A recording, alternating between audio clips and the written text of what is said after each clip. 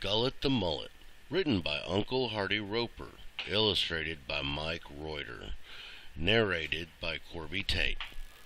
The sudden movement in the sand frightened Gullet the Mullet. He couldn't imagine what was kicking up the bottom like that, making such a fuss and causing the water to get so cloudy.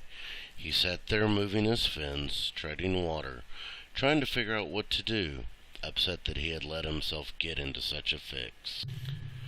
Gullet began to speak to himself as mullets do on those rare occasions when they are alone. My friends and I noticed the tide going out, and we started swimming for the pass.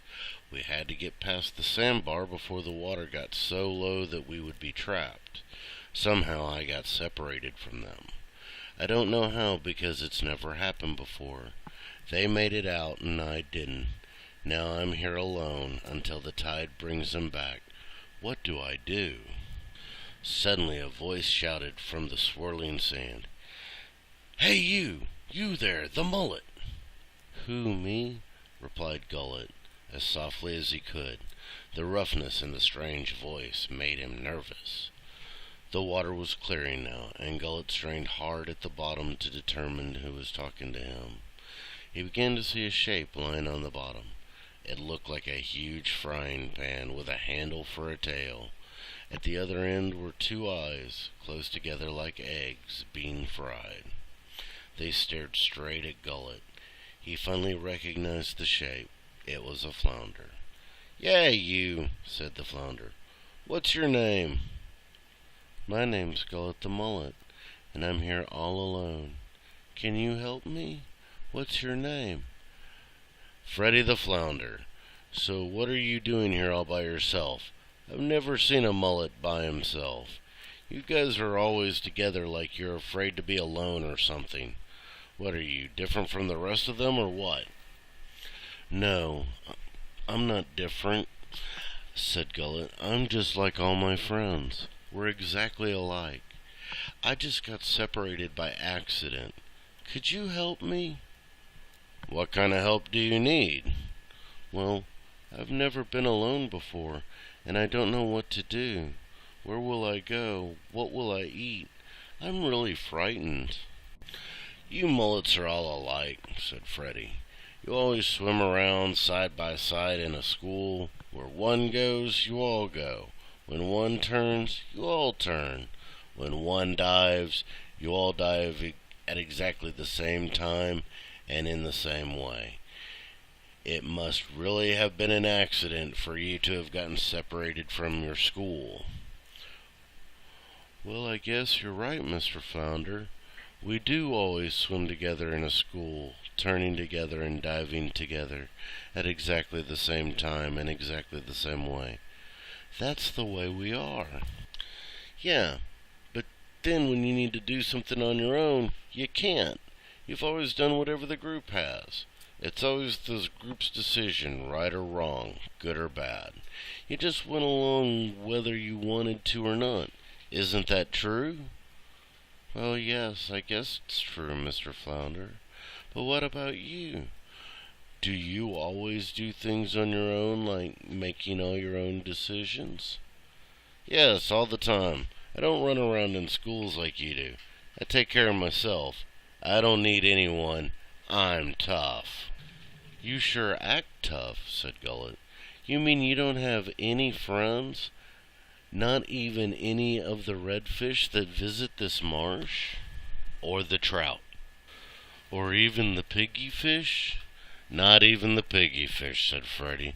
"I told you, I don't need anyone. I'm tough." "I bet you're not really as tough as you act," said Gullet the Mullet. "I bet you just act that way. Maybe you want everyone to think that you don't need anyone, like a bully who picks on everyone when he's really very lonely." "Well, I don't need anyone. I can do everything I have to. I can find something to eat.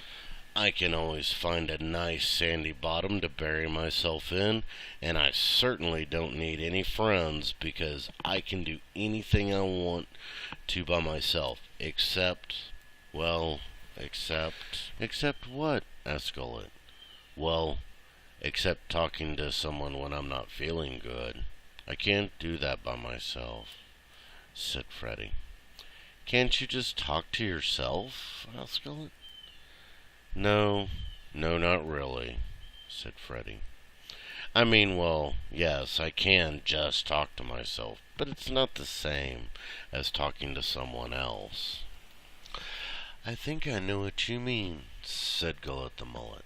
"Sometimes when I'm with my school of friends, and we're all together doing exactly the same thing at exactly the same time, well, sometimes then I feel like no one really cares about me as an individual. It seems like it's just the group that counts." "Well, what's that got to do with me?" said Freddie the Flounder.